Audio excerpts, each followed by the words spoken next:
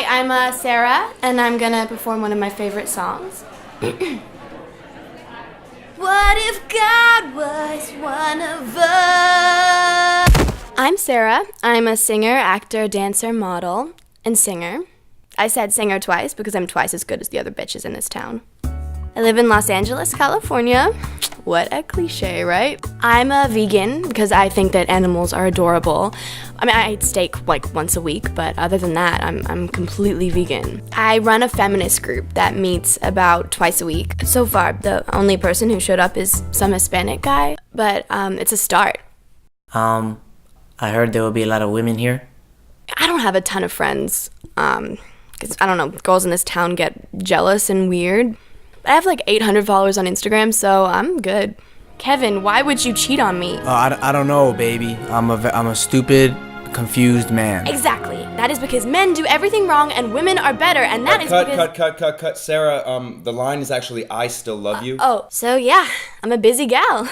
One day you'll see me performing on stage in front of thousands of people, or on the big screen.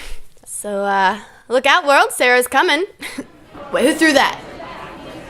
Whatever. Just a stranger. Miss me.